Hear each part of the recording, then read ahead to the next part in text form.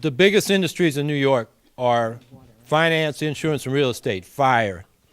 And when I think of that, I always think of the South Bronx burning because, you know, people were trying to collect their insurance and landlords, and then they go for redevelopment back in the 70s. Charlotte Street, remember the pile of bricks that, you know, all the presidential candidates used to go to?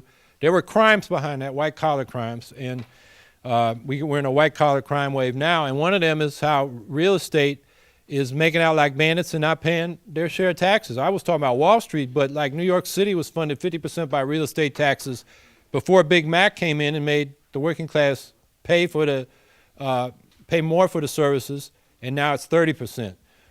So yeah, and then who's standing in the way? You mentioned the Democrats. When it comes to getting control of the banking system, Schumer, as Coley just pointed out, shepherded what Wall Street wanted through the Senate. Rangel was doing it till they removed him in the House. And then in New York State, it's Sheldon Silver that stands in the way of the stock transfer tax. He represents the financial district. He's the Democratic leader in the Assembly. So, you know, the idea that the Democrats are the lesser evil and, you know, and the Republicans only represent big business is a myth we got to bust. So, yeah, we've got to fight to keep rent control, and, you know, I put out a whole statement on that. And you New Yorkers understand the ins and outs, the details of the policies, but, you know, I've listened to the folks in New York, and you know, affordable housing ought to be a right.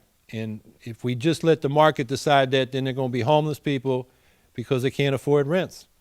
So that's an area where you got to have some regulation for sure. What we want to do is set up a state bank, because the big banks on Wall Street, the big money banks, will not refinance.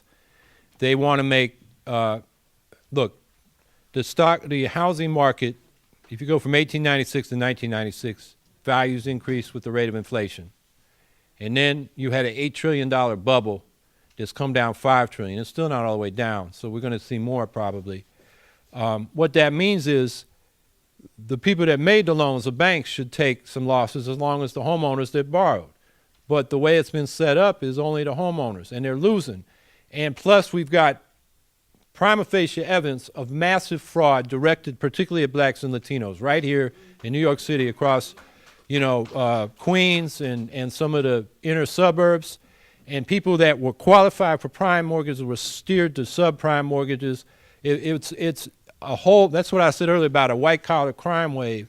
And, you know, there needs to be prosecutions. But also what I'm advocating is that we set up a state-owned bank that, like the Home Ownership Loan Corporation during the 30s, could take over those mortgages, write down the principals, and put people in there with long-term, fixed-rate, low-interest loans. And if they still couldn't afford it because of high unemployment or whatever other circumstances, let them rent it and have the state own that piece of property. It's better to keep people in the properties and maintaining them than to, you know, have them be thrown out on the street, and then you got properties that are deteriorating, and our housing stock deteriorates. I mean, it would make so much sense.